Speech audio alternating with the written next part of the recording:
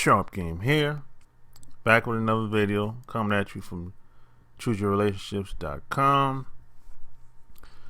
And today I'm going to talk about a controversial topic that you're not supposed to talk about in American society.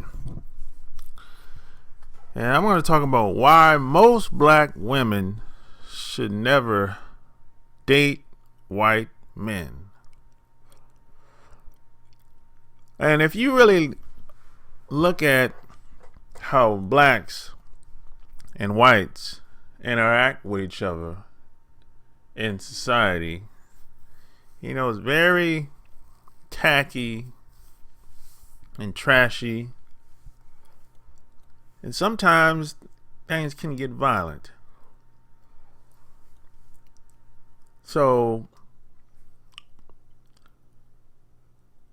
just imagine what type of relationship is that going to be? What's the foundation of the relationship between a black woman and a white guy? Because white people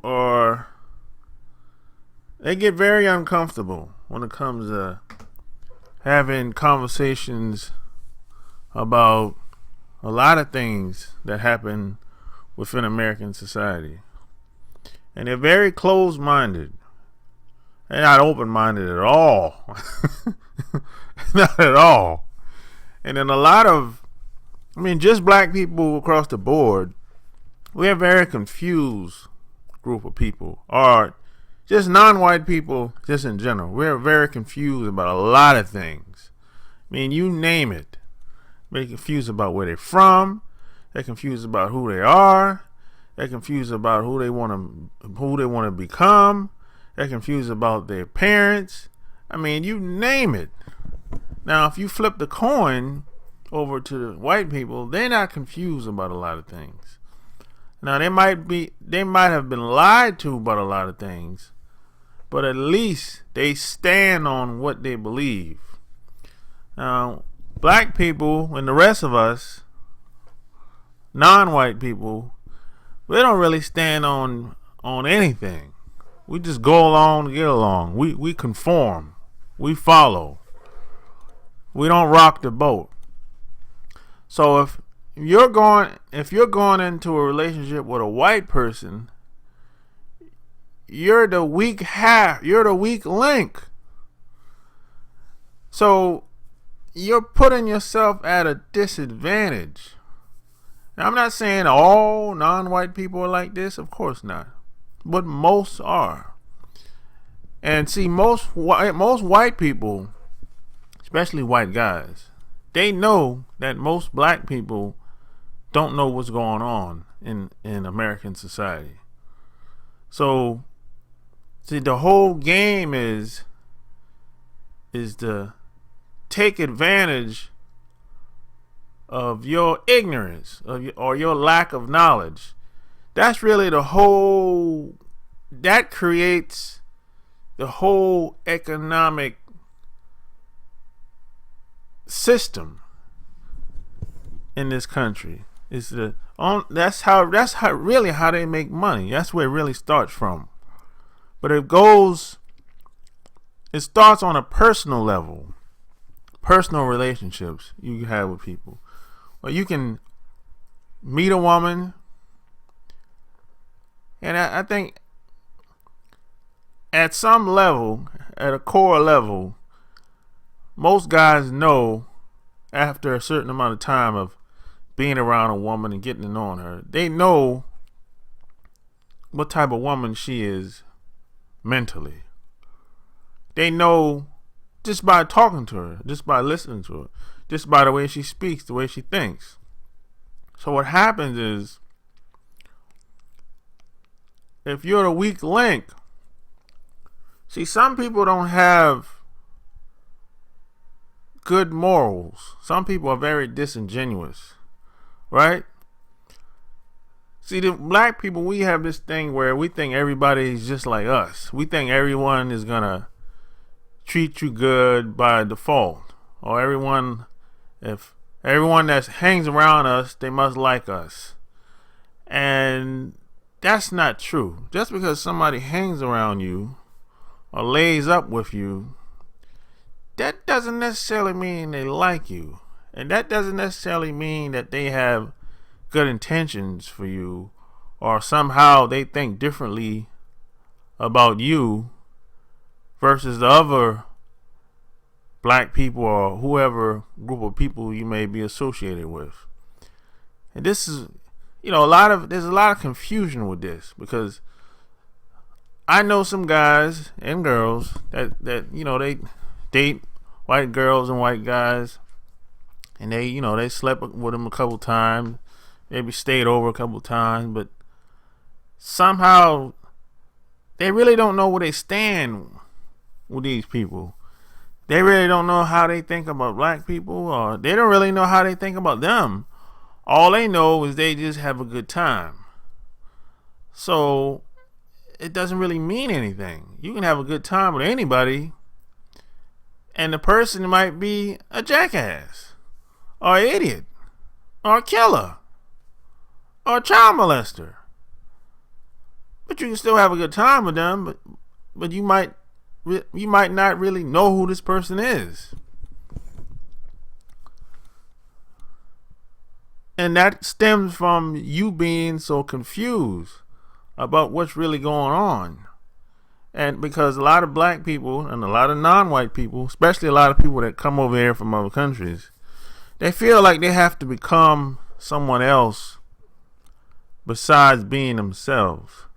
You hear these people all the time, probably on television. A lot of these celebrities, like Kanye West is one of them. They change the voice tone. They start acting like they got a brand new attitude. You might have some relatives that are like this. They go to college, or they maybe got some job in a big city, and they started working around a lot of white folks, and they come back home during the holidays telling you that y'all ain't living right. You ain't living right. You should be doing this. You should be doing that. So they kind of like been brainwashed over a certain short amount of time. It could be months. It could be a year or two.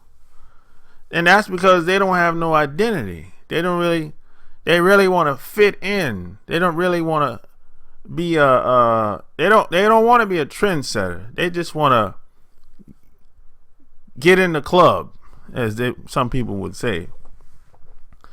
So imagine that person being in a relationship with a white guy. What type of relationship that's gonna be? She's gonna be a lap dog. Basically, somebody that's just there with no say so. They just do what they told, and you become his love slave. And you know what? Some women are cool with that. This is why a lot of women like the show Scandal that comes on television. That's like secretly some women's dream. That's the dream relationship. They want to be the side piece for a white guy. And this is why that show's, still rolling, still raking in the dough, making millions of dollars. I don't know the ratings. I don't look at the show, but I saw a couple.